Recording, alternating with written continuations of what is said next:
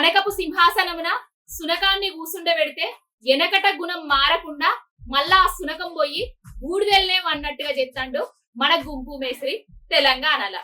ఇక గాడ పోయి ఓ సభ పెట్టిండు.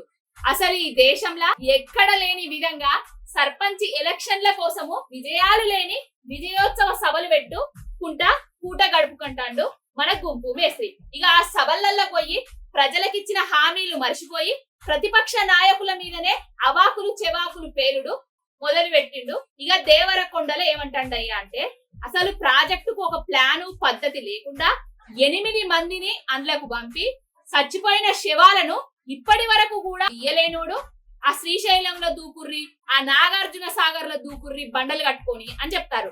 అస్థి పంజరాలు కూడా బయటికి తీయలేని సన్నాసులు కదా, రాళ్ళు కట్టుకొని ఆ నాగార్జున సాగర్ లో దునకాల్సింది.